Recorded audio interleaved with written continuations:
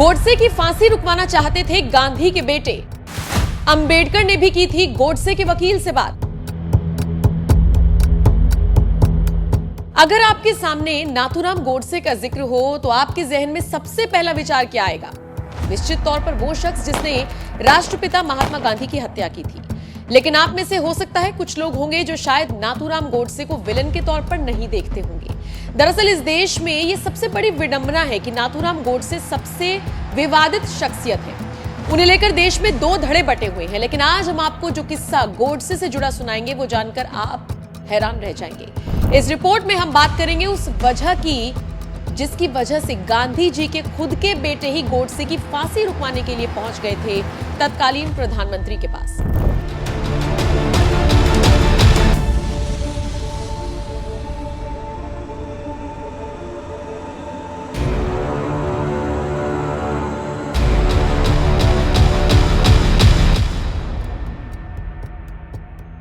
नमस्कार, आप देख रहे हैं एनएमएफ न्यूज और मैं हूं आपके साथ नम्रता चौधरी।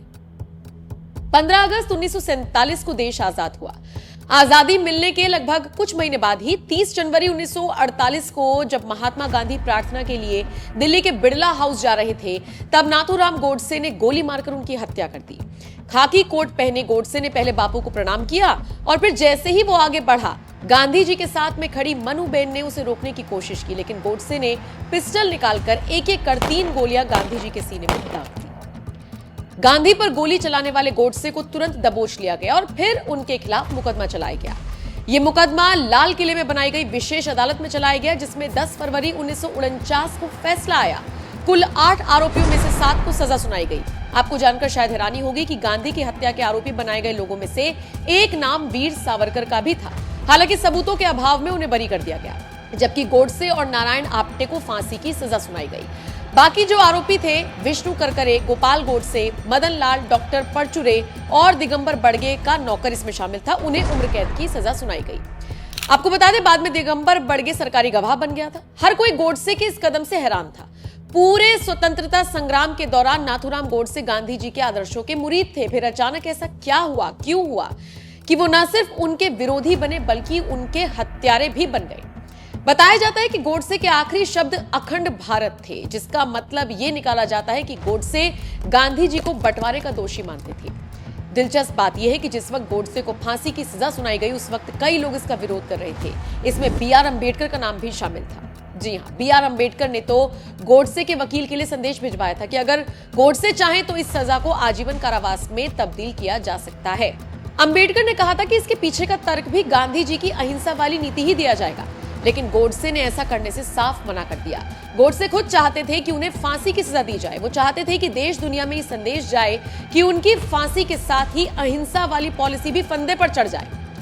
गोडसे की उस विचारधारा से आज भी इतने लोग प्रभावित हैं कि प्रज्ञा ठाकुर जैसी साध्वी ने तो कह दिया था कि नाथूराम गोडसे देशभक्त थे, देशभक्त हैं और देशभक्त रहेंगे। हालांकि बीजेपी के दबाव में आकर उन्होंने अपने बयान को वापस ले लिया था। वैसे ये कोई पहली बार नहीं जब गोडसे को देशभक्त कहा गया हो, बल्कि 1990 में महाराष्ट्र में बीजेपी शिवसेना शासन के दौरान भी एक नाटक का मंचन किया गया था, जिसमें नाथूराम गोडसे को डिफेंड किया गया था।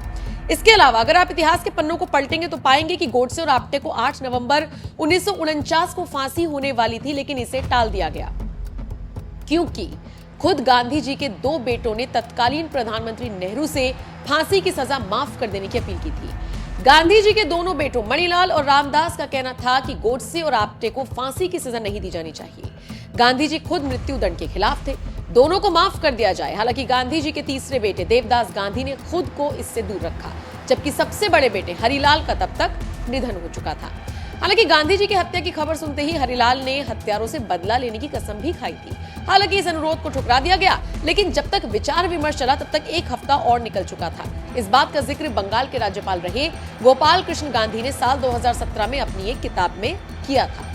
तो आज भी जब कभी इतिहास के पन्ने पलटे जाते हैं तो ये किस्सा जरूर याद आता है, जिसमें गोडसे अपनी फांसी का विरोध नहीं कर रहे थे, लेकिन और बहुत से लोग जरूर कर रहे थे। और कौन कौन से ये लोग थे, आपने उनके नाम जान ही लिए। आप इस खबर को लेकर क्या राय रखते हैं? कमेंट करके अपनी राय हमें जरूर दें।